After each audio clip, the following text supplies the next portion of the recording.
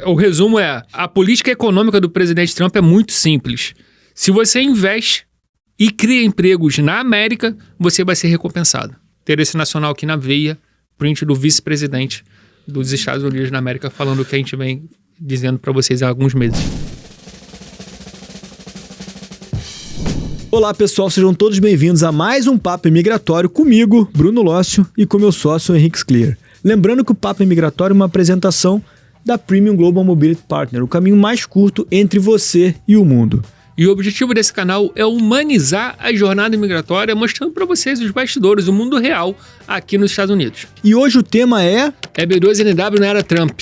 EB2NW na era Trump. Acabou, vai melhorar, vamos falar que tá chovendo perguntas, comentários e a gente precisa conversar com vocês. Ontem eu recebi uma mensagem de um cliente nosso muito preocupado com o tempo, porque o caso dele estava demorando 9 meses para ser julgado de 140. E ele me perguntou se era comum, se não era comum. O que eu posso dizer? E o que a gente tem visto? A gente percebeu, nesse início de ano, a gente está vendo que a imigração está correndo atrás dos casos que ficaram parados. A sensação que a gente tem, conversando com outras pessoas, é de que no final ali do governo Biden, as coisas ficaram um pouco deixadas de lado. Então, muitos casos ficaram parados, tem muitos casos que ficaram esquecidos lá em alguma gaveta, em alguma mesa dessas. E quando o Donald Trump entrou, ele trouxe essa sensação de que as coisas precisavam andar com eficiência, até porque é o que pregam o Elon Musk, né?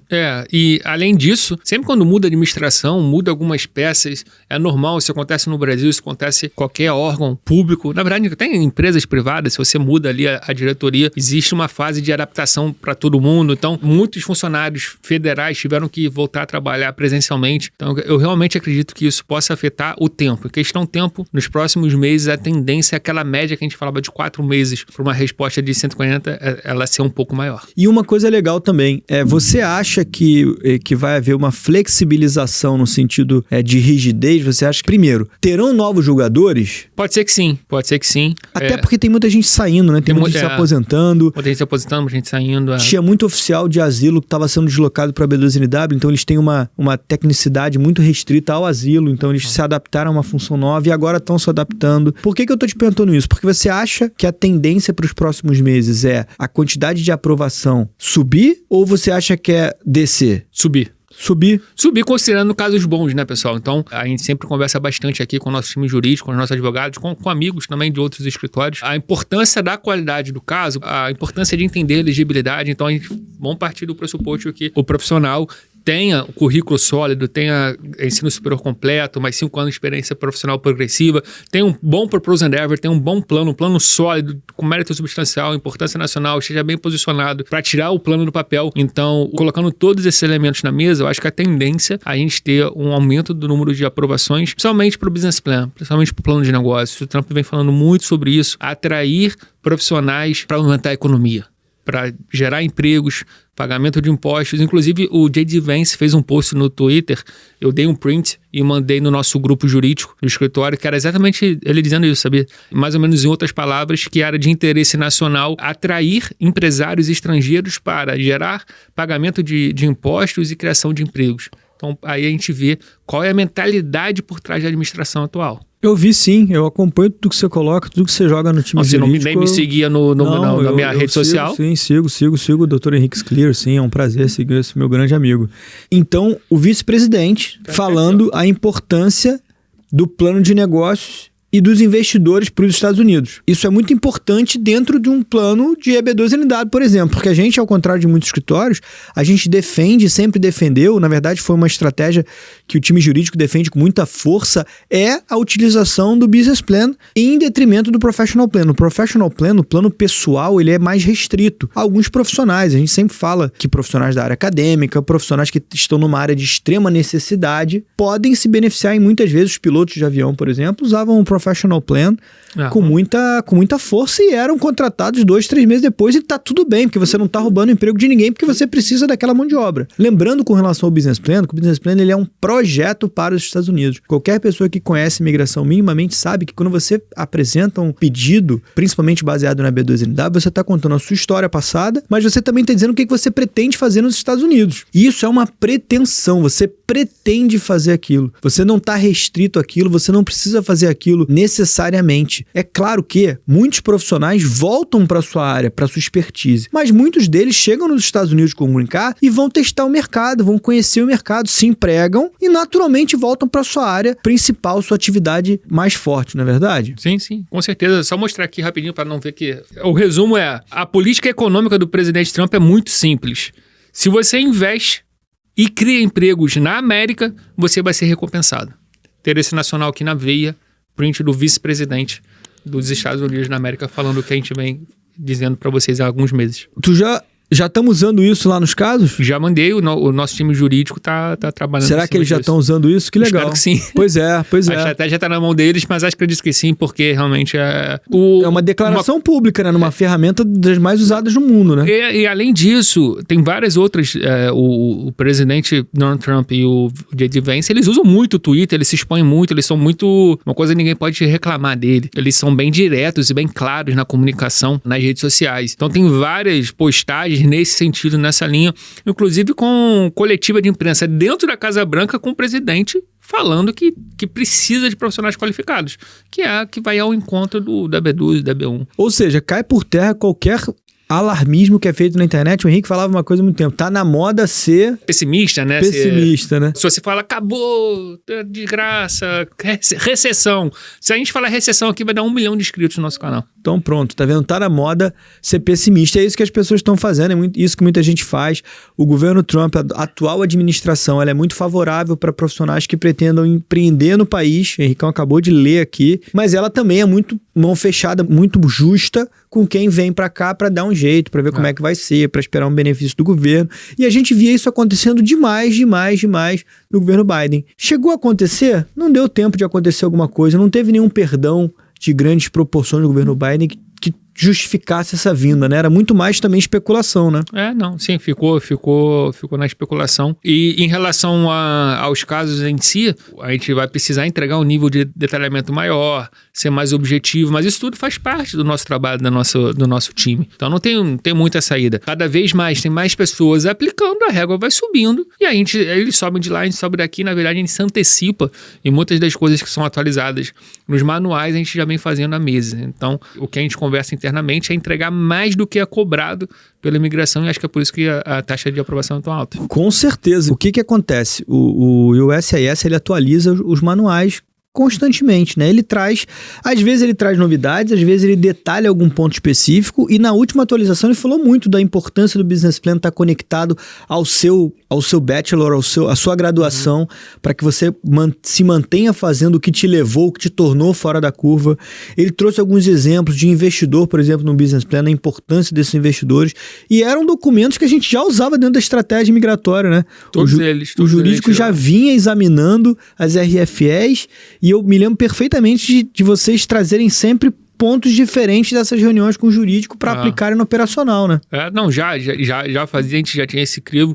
E quando o cliente entra, conversa com o nosso time de elegibilidade, isso já é analisado também. Aí tem até uma curiosidade, a gente tinha um cliente recentemente que conversou, para vocês entenderem um pouco rapidamente, conversa com o nosso time comercial, conversa com o estrategista, com a equipe jurídica, para bater o martelo e o contrato ser assinado, esse cliente entrar dentro do operacional. O jurídico barrou, falou, bom, esse possível cliente, ele não é ainda elegível, ele precisaria melhorar um ponto ou outro, então a gente não poderia continuar, não poderia assinar o contrato com ele. Quando a gente comunicou isso, ele falou, olha, tem um advogado licenciado na Flórida que vai fazer o meu caso, falou que eu sou elegível. Eu falei, não, tudo bem, pode fazer. Mas era um caso que nitidamente não era elegível, então a gente precisa ter esse crivo, e quando a gente fala de melhora de aprovações, é usando essa régua, usando esse filtro antes de fazer o envio. E eu fico morrendo de raiva, porque eu quero vender, eu quero colocar a casa para dentro, eu gosto da história das pessoas, eu gosto de ajudar as pessoas, mas nem sempre a gente querer ajudar, a gente querer o melhor para aquelas famílias, e a gente querer concretizar o sonho americano é suficiente para isso, né? A gente esbarra muito na elegibilidade, né? Que é o primeiro ponto, mas a gente esbarra também no endeavor, né? O que esse cara vai fazer e o que ele pretende fazer. É o plano, super importante. Né? Se você não quer empreender, nunca empreendeu, se você vai dizer que vai empreender sem que isso passe pela sua cabeça, já é uma yellow flag, pelo menos, né? Com certeza.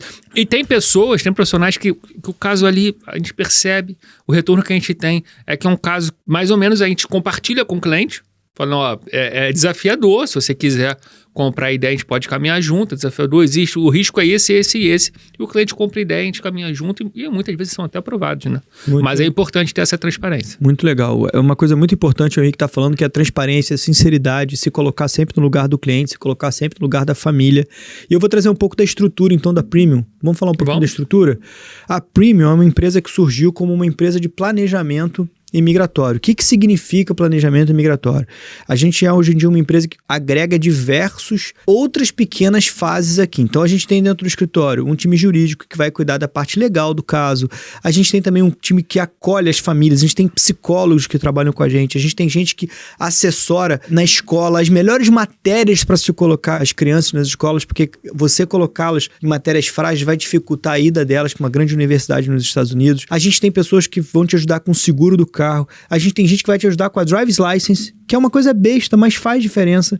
A gente tem gente que vai te ajudar, por exemplo, para ligar a sua luz, como é que você tem que fazer. Então, a gente se especializou tanto na família. O nosso público hoje em dia é a família. Nosso público não é o público de AB2NW. E às vezes aquela família está pronta, às vezes aquela família não está pronta. Então, dentro do escritório, a gente tem diversos times e a gente tem um jurídico também que avalia a parte legal com toda a clareza, com toda a transparência. Nem sempre é o momento, nem sempre o Endeavor está conectado, nem sempre você tem um caso bom, mas às vezes demora um pouco mais de tempo, mas isso é um planejamento imigratório. Que é o que a gente consegue colocar na mesa, um hub de serviços, né? Tem situações hipotéticas que o cliente usufrui de um determinado serviço e sequer está fazendo a parte migratória. Isso pode acontecer também. Mas o que a gente diz sempre aqui nos nossos canais é que o Green Card é uma ponte, né? É uma ponte na sua trajetória, é o início da sua vida nos Estados Unidos. Então tem muitos elementos ali que a gente precisa te ajudar e é isso que a gente oferece dentro da Premium.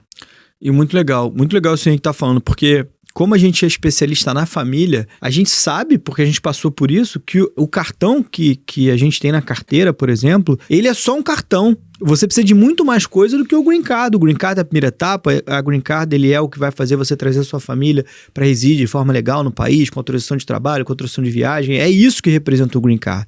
Mas e aí? Quem é que vai te ajudar? Quem é que vai pegar na sua mão? Quem é que vai fazer negócios com você? Quem é que vai te auxiliar nas coisas básicas do dia a dia? E cada vez mais a Premium tem feito isso.